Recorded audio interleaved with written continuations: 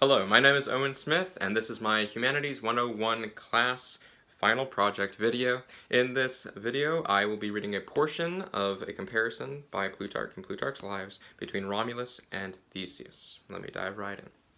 This is what I have learnt of Romulus and Theseus, worthy of memory.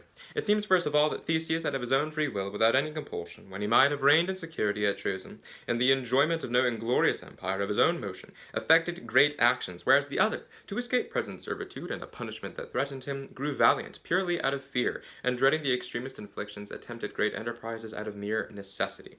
Again, his greatest action was only the killing of one king of Alba, while, as mere by adventures and preludes, the other can name Scyron, Sinis, Procrus, and Coronet, by reducing and killing of whom he rid Greece of terrible oppressors, before any of them were relieved knew who did it. Moreover, he might without any trouble as well have gone to Athens by sea, considering he himself never was in the least injured by those robbers, whereas Romulus could not but be in trouble whilst Amulius lived. Add to this the fact that Theseus, for no wrong done to himself, but for the sake of others, fell upon these villains.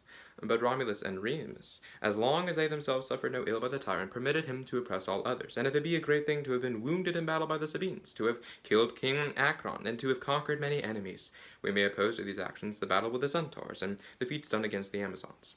But what Theseus adventured in offering himself voluntarily with young boys and virgins as part of the tribute unto Crete, either to be a prey to a monster or a victim upon the tomb of Androgeus, or, according to the mildest form of the story, to live vilely and dishonorably in slavery to insulting and cruel men. It is not to be expressed what an act of courage and magnanimity, or justice to the public, or of love for honor and bravery that was. So what methinks the philosophers did not ill to find love to be the provision of the gods for the care and preservation of the young. For the love of Ariadne, above all, seems to have been the proper work and design of some god in order to preserve Theseus. And indeed, we ought not to blame her for loving him, but rather wonder all men and women were not alike affected towards him.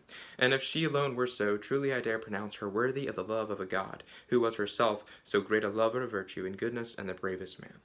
But Romulus has, first of all, one great plea, that his performances proceeded from very small beginnings. For both the brothers, being thought servants and the sons of swineherds, before becoming free men themselves, gave liberty to almost all the Latins, obtaining at once all the most honorable titles, as destroyers of their country's enemies, preservers of their friends and kindred, princes of the people, founders of cities, not removers like Theseus, who raised and compiled only one house out of many, demolishing many cities, bearing the names of ancient kings and heroes. Romulus, indeed, did the same afterwards, forcing his enemies to deface and ruin their own dwellings, and to sojourn with their conquerors. But at first, not by removal or increase of an existing city, but by foundation of a new one. He obtained himself lands, a country, a kingdom, wives, children, and relations, and in doing so he killed or destroyed nobody, but benefited those that wanted houses and homes and were willing to be of a society and become citizens. Robbers and malefactors he slew not, but he subdued nations, he overthrew cities, he triumphed over kings and commanders. As to Remus, it is doubtful by whose hand he fell. It is generally imputed to others. His mother he clearly retrieved from death, and placed his grandfather, who was brought under base and dishonorable vassalage, on the ancient throne of Aeneas, to whom he did voluntarily many good offices, but never did him harm even inadvertently. But Theseus, in his forgetfulness and neglect of the command concerning the flag, can scarcely, methinks, by any excuses, or before the most indulgent judges, avoid the imputation of parricide. And indeed, one of the Attic writers, perceiving it to be very hard to make an excuse for this, feigns that Aegeus, at the approach of the ship, running hastily to the Acropolis to see what news, slipped and fell down, as if he had no servants, or none would attend him on his way to the shore. And, indeed, the faults committed in the rapes of women admit of no plausible excuse in Theseus.